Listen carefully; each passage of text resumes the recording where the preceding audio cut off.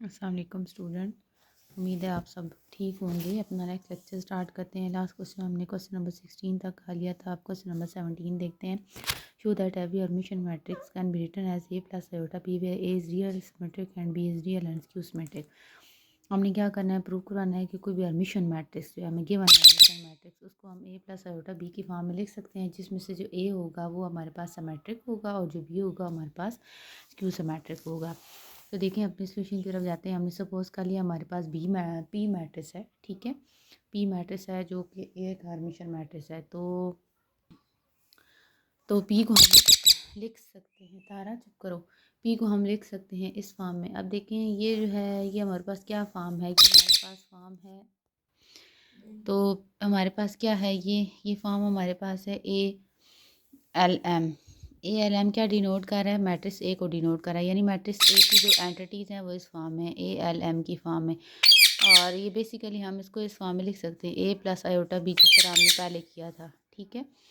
तो A L, इधर आ जाओ तारा, इधर आ जाओ। तो जो ए होगा हमारे पास वो उसकी एंटिटीज़ हैं स्मॉल ए एम और बी की एंटिटीज़ हैं स्मॉल बी एम। तो हमने ये प्रूव करना होगा कि इसमें से जो ए है ये सिमेट्रिक है और जो बी है वो उसकी सिमेट्रिक है और दोनों रियल मैट्रिसेस हैं। तो हम क्या करते हैं, सबसे पहले हम लिख लेते हैं P is equal to this plus this, दोनों के साथ अलग कर देंगे, यानी एम एन क्या है हमारे पास ऑर्डर है।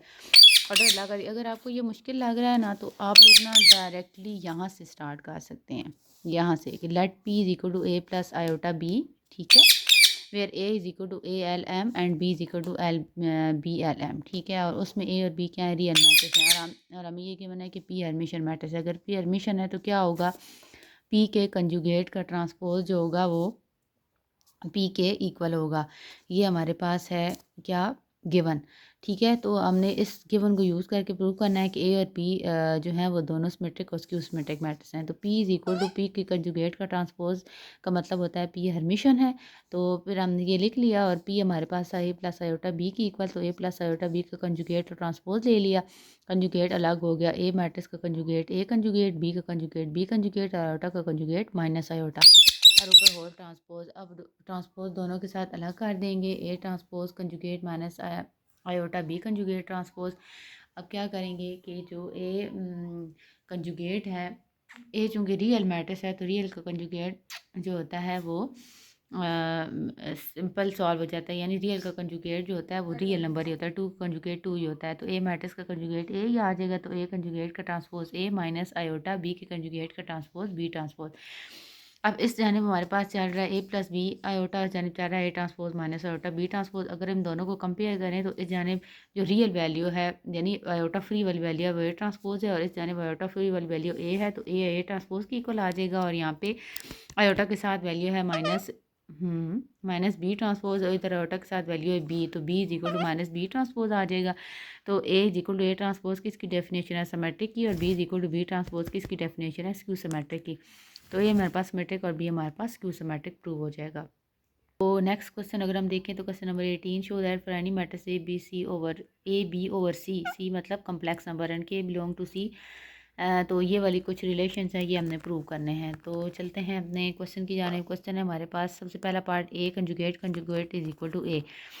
तो ए हमने सपोज कर लिया, ए हमारे पास है ए आई J into M cross N. ए आई जे का क्या मतलब है कि ए हमारे पास मैट्रिसेस है जिसकी एंटिटीज़ जो हैं वो ये हैं, ठीक है।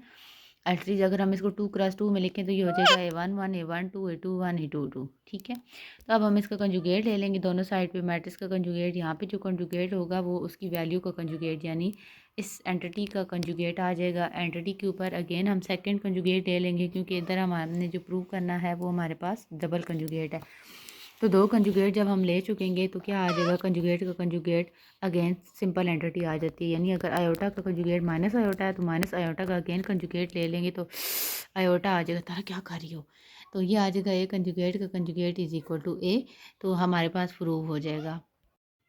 इसी जो है पैटर्न पे हमारे पास इसके नेक्स्ट पार्ट सॉल्व होंगे। अच्छा एक और बात, अगर आपको ये ए आई जे की फॉर्म मुश्किल लग रही है ना तो इसकी जगह हम सिंपल ए मैट्रिक्स भी जो है वो डिफाइन कर सकते हैं, यानी अगर ए हमारे पास ये है इस फॉर्म में ए प्लस आयोटा बी की फॉर्म में, तो तब भी हम इसको सॉल्व कर सकते हैं। जैसे कि पार्ट नंबर 2 है, देखें पार्ट नंबर 2 हमारे पास क्या है, के और ए का कंजुगेट इज़ इक्वल टू के कंजुगेट और ए कंजुगेट हमने प्रूव करना है। तो देखिए हम ले सकते हैं A is equal to A plus iota B, तो फिर ए का कंजुगेट क्या हो जाएगा, A conjugate minus iota B conjugate equation number 1 था। 1 मिनट इधर बैठो।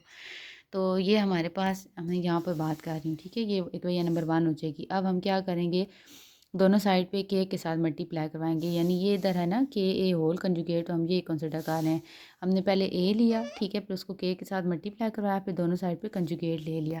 कंजुगेट, अच्छा ना, कंजुगेट लेने के बाद ये बन गया के और ए, और यहाँ पे हमारे पास बन गया के conjugate A minus iota B conjugate. A conjugate A real number है तो ए आ जाएगा, बी जो है वो रियल नंबर है तो हमारे पास बी आ जाएगा, आयोटा का कंजुगेट माइनस आयोटा आ जाएगा।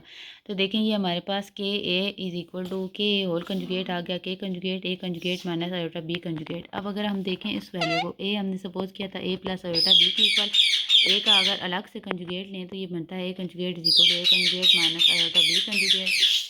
चुप करो। तो ये क्या बन जाएगा हमारे पास, इसकी जगह अगर हम इसकी वैल्यू लगा दें तो ये होता है ए कंजुगेट, तो ये बन जाएगा के कंजुगेट ए कंजुगेट, के ए होल कंजुगेट इक्वल टू के कंजुगेट ए कंजुगेट। इसी तरह ये आपके पास ये नेक्स्ट क्वेश्चन है, ठीक है, इसका पार्ट, फिर ये एक और पार्ट है। तो ये सारे पार्ट जो है ये आप लोगों ने खुद सॉल्व करने हैं।